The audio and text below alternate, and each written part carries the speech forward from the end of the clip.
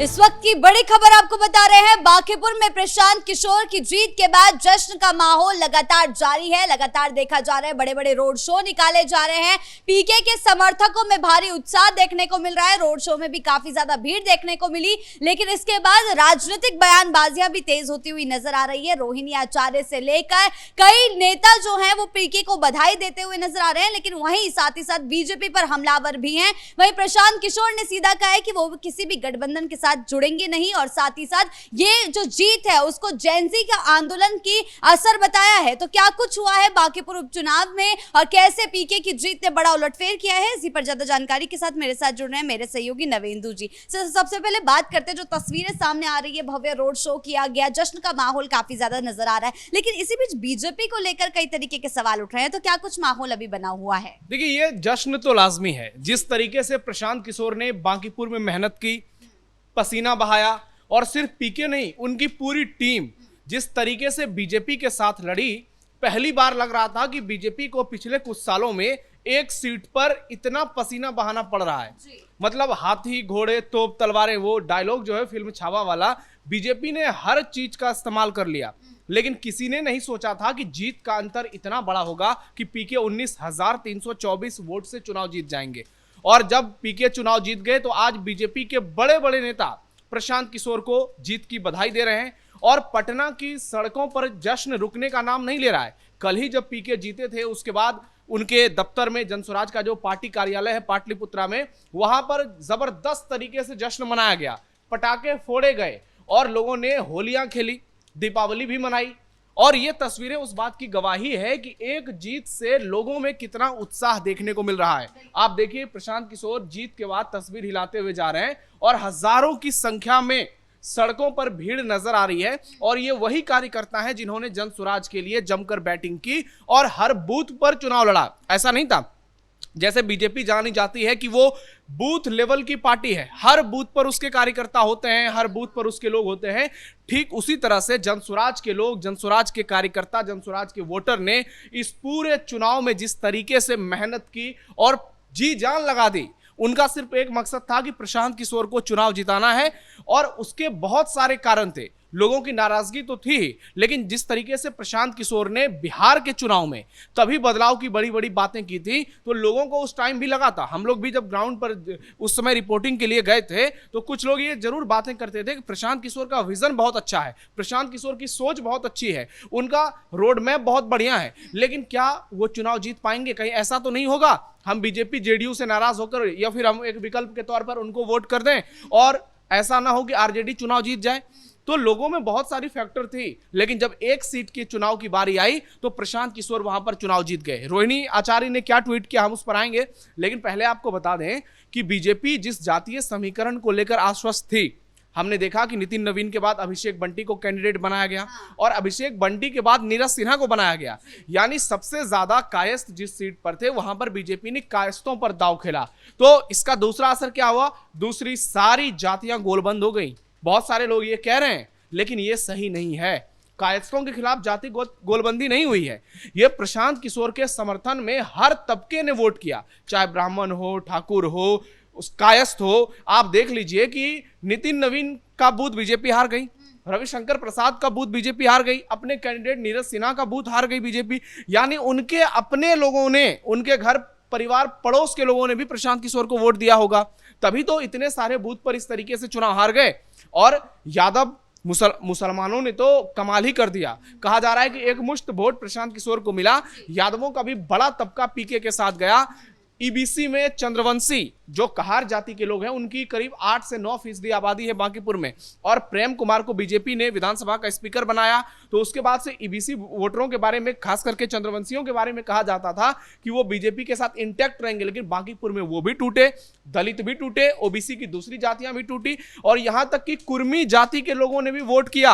यह दावा किया जा रहा है कि नीतीश कुमार को हटाने से लोगों में नाराजगी थी, क्योंकि आज भी बड़ी संख्या में बिहार में लोग हैं जो इस बात को समझते हैं कि ठीक है, नीतीश कुमार की उम्र हो गई थी, लेकिन नीतीश कुमार को हटाना नहीं चाहिए था। और आप देखिए, अनंत सिंह जो कि जेडीयू के विधायक हैं, उनका भी बयान सामने आ गया कि ऐसा किया है या बीजेपी ने नहीं किया है हम नहीं जानते हैं, लेकिन लोगों के मन में ये बातें हैं, जो नीतीश के कैडर हैं उनके दिमाग में ये बातें चल रही हैं। सर, बयान ये भी सामने आ रहा है कि सम्राट चौधरी से नाराजगी के चलते बीजेपी को ये बड़ा खामियाजा उठाना पड़ रहा है। देखिए, सम्राट चौधरी तो बिहार के पहले बीजेपी के मुख्यमंत्री बने हैं, लेकिन सम्राट चौधरी का कार्यकाल अभी बहुत बड़ा नहीं है।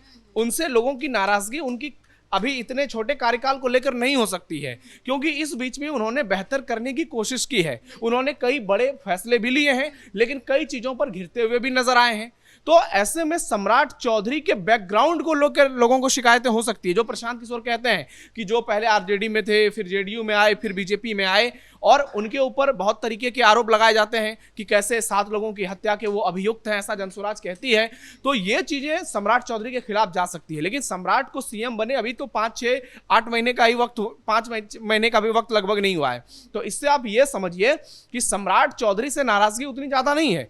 नाराजगी उस सोच से है जो कि ये मान बैठी थी कि ये तो हमारे कैडर हैं, ये वोटर तो हमें छोड़कर कहीं जाएगा नहीं, ये वोट तो हमारी जागीर है। तो लोगों ने कहा नहीं, ये डेमोक्रेसी है, हम किसी की जागीर नहीं है, हमारे लिए जो बेहतर विकल्प नजर आएगा हम उसको वोट देंगे। 1980-84 की बात है, बीजेपी के सिर्फ 2 सांसद जीते लोकसभा में, एक आंध्र प्रदेश से और एक मेहसाना गुजरात से, और आज देखिए बीजेपी कहां से कहां पहुंच गई। तो आज प्रशांत किशोर 1 सीट जीत गए हैं, लेकिन इस बात से कोई इनकार नहीं कर सकता है कि बिहार की राजनीति में आने वाले समय में उनकी भूमिका बहुत बड़ी नहीं होगी, क्योंकि वो जिस तरीके से बातें कर रहे हैं, लोगों का भरोसा जीत रहे हैं और ऐसे मुद्दे उठा रहे हैं जो कि दूसरे नेता या दूसरी पार्टियां नहीं उठा पाती हैं। लोग ये तेजस्वी के लिए कितना बड़ा झटका है, क्योंकि तेजस्वी जो है विपक्षी पार्टी का सबसे प्रमुख चेहरा है बिहार में। ऐसे में पीके की दावेदारी से तेजस्वी को कितना बड़ा नुकसान हो सकता है, क्योंकि विधानसभा में पीके भी काफी ज्यादा अपने बयानों के चलते जाने जाते हैं। साफ कहा जाता है कि वो मुद्दों पर बात करते हैं। तो क्या ये तेजस्वी के लिए भी भारी पड़ने वाली है ये जीत? देखिए, तेजस्वी यादव की तो खटिया खड़ी हो गई है।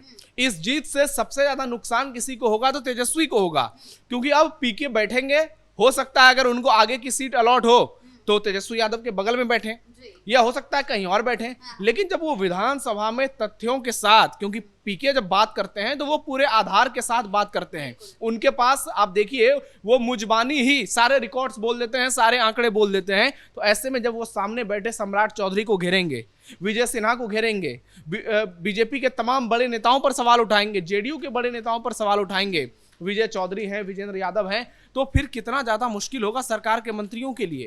क्योंकि अभी तक वो विधानसभा से बाहर बयान दे रहे थे, लेकिन जब आमने सामने खड़े होकर उनको ललकारेंगे, फैक्ट के आधार पर चुनौती देंगे, तो फिर दिक्कत होगी। और तेजस्वी के लिए सबसे बड़ी बात क्या है, अब तेजस्वी का स्पेस जो है वो पीके लेते हुए नजर आ रहे हैं। कारण क्या है, तेजस्वी यादव विधानसभा में भी आप देखिए विदेश में गायब रहते हैं, चुनाव में भी विदेश चले जाते हैं, उनकी एक्टिविटी जो है उस तरीके से नजर नहीं आती है जो कि एक सक्रिय नेता प्रतिपक्ष के तौर पर दिखनी चाहिए। तो जनता उम्मीद करती है आज के दौर में कि हमने जिसको चुना है, अगर उसमें खामियां हैं तो उसके खिलाफ जो लोग बैठे हैं वो सवाल उठाएं। और तेजस्वी यादव भले बोलते हैं, कभी कभी देखिए वो बहुत अच्छा बोलते हैं और उनकी तारीफ भी होती है, लेकिन वो कभी कभी होता है। और यहाँ लोगों को चाहिए हर दिन काम करने वाला नेता, हर दिन बड़ी बड़ी बातें करने वाला नेता, हर दिन सीधे तौर पर सत्ता पक्ष को चुनौती देने वाले नेता। तो बात कहने का मतलब यही है कि जब सारी जातियों का जो भ्रम था बिहार की राजनीति में वो टूट गया, जो लोग कह रहे थे कि जातिगत राजनीति में बिहार जकड़ा है, एक ब्राह्मण उम्मीदवार को जिता देना और उस सीट पर जहां पर यादव, मुसलमान, ईबीसी, ओबीसी, दलित सारे वोटर हों, वो इस बात को प्रमाणित करता है कि लोग इस बात को समझने लगे हैं, लोग इस राजनीति को भली भांति भांपने लगे हैं कि उनके लिए बेहतर कौन हो सकता है, उनकी आवाज को कौन बेहतर तरीके से पेश कर सकता है, कौन सरकार से सवाल कर सकता है। क्योंकि आप देखिए आज के दौर में जो जमाना बदल रहा है, जो राजनीतिक परिदृश्य में बदलाव हो रहा है, लोग एक तरफा राजनीति नहीं चाहते हैं कि एक पार्टी जीत गई है, क्योंकि ये चीन या फिर रूस जैसी यहाँ पर नहीं है स्थिति। यहाँ पर डेमोक्रेसी है, यहाँ हर किसी को बराबरी का हक है। जो सत्ता पक्ष में है अगर वो अच्छा काम करेगा तो वो लगातार चुनाव जीतेगा, और जो विपक्ष में है और वो लोगों के उम्मीदों के मुताबिक काम नहीं कर पाएगा तो लोग उसको भी हटा देंगे। और अभी देखिए प्रशांत किशोर एक चुनाव जीते हैं, लेकिन आगे चलकर फिर एमएलसी का चुनाव होगा, राज्यसभा का चुनाव होगा, उसके बाद 2029 में लोकसभा का चुनाव होगा। तो उस और हो सकता है बीच में अगर कहीं उपचुनाव हो जाए कुछ, तो हर चुनाव में वो सक्रिय नजर आएंगे। ऐसा नहीं है कि एक सीट जीतकर वो पूरे बिहार की स्थिति को एक बार में पलट देंगे, लेकिन एक मैसेज जरूर दे देंगे कि अब आप हमको हल्के में मत लीजिए, क्योंकि मेरे साथ लोग हैं और जो लोग 2025 के विधानसभा चुनाव में कंफ्यूज थे कि प्रशांत किशोर बिहार की राजनीति में क्या ही कर पाएंगे क्योंकि यहां जाति की राजनीति है, अब उन लोगों के मन का भ्रम टूट चुका है। उनको ये लगेगा कि नहीं भाई, ये एक सीट जीत गए हैं तो बिहार भी जीत सकते हैं। हो सकता है आगे आने वाले समय में उनके लिए चीजें अनुकूल हो तो इनका समर्थन करो। इसलिए आप देखिए कि जनसुराज का कैडर बढ़ता जा रहा है, उनके एक्टिव मेंबर्स की संख्या बढ़ती जा रही है और विधानसभा चुनाव में कई सीटों पर उनको 5-10 हजार भी वोट मिले तो वो अच्छा खासा है, क्योंकि पहली बार में बहुत सारी पार्टियां सारी सीटों पर जमानत जब्त करा लेती हैं और पीके के साथ भी ज्यादातर सीटों पर यही हुआ। लेकिन जिस तरीके से उन्होंने कमबैक किया, बांकीपुर को जीता और उसके बाद अब देखिए सत्ता पक्ष जो बैकफुट पर नजर आ रहा है, यूजीसी का मुद्दा हो, नीट पेपर लीक का मुद्दा हो, भरत तिवारी का मुद्दा हो, हर बातें अब ग्राउंड पर होने लगी हैं। और रोहिणी आचार्य का ट्वीट आया है कि ये बीजेपी की अहंकार की हार है। तो निश्चित तौर पर अब देखना यह होगा कि आगे चलकर बीजेपी क्या सबक लेती है। और सम्राट चौधरी के लिए तो मुश्किलें बड़ी हैं क्योंकि पीके उन पर सवाल दागेंगे तो उनके लिए फिर उनका सामना करना आसान नहीं होगा। लेकिन इतना जरूर तय है कि बिहार की राजनीति में प्रशांत किशोर की जीत एक बड़ी टर्निंग पॉइंट है, जो कि उन लोगों को एक मैसेज देगी कि सत्ता में कोई भी चाहेगा लंबे समय तक राजनीति नहीं कर पाएगा, उसको काम करना पड़ेगा, जनता के मुद्दे उठाने पड़ेंगे। जी सर, बहुत बहुत धन्यवाद आपका इन तमाम जानकारियों के लिए। तो कुल मिलाकर प्रशांत किशोर की जीत बांकीपुर में और पूरे बिहार में गूंजती हुई नजर आ रही है। लगातार रोड शो भी देखने को मिला था, लेकिन इस बीच अब बयानबाजियों का सिलसिला तेज हो चुका है। लगातार रोहिणी आचार्य से लेकर अनंत सिंह के बयान सामने आ रहे हैं। ऐसे में बीजेपी और सम्राट चौधरी के सामने ये बड़ी चुनौती है कि कैसे उनके गढ़ में प्रशांत किशोर ने सेंध मारी है। हालांकि प्रशांत किशोर के इस एक दाव ने ये जीत जो है ये सिर्फ एक सीट पर हुई है, लेकिन पूरे बिहार की राजनीति में इसका बड़ा असर पड़ता हुआ नजर आ रहा है। ब्रेकिंग न्यूज में फिलहाल मेरे साथ इतना ही। कैमरा पर्सन अशोक भारद्वाज के साथ मैं शिवानी रतूड़ी, कैपिटल टीवी बिहार।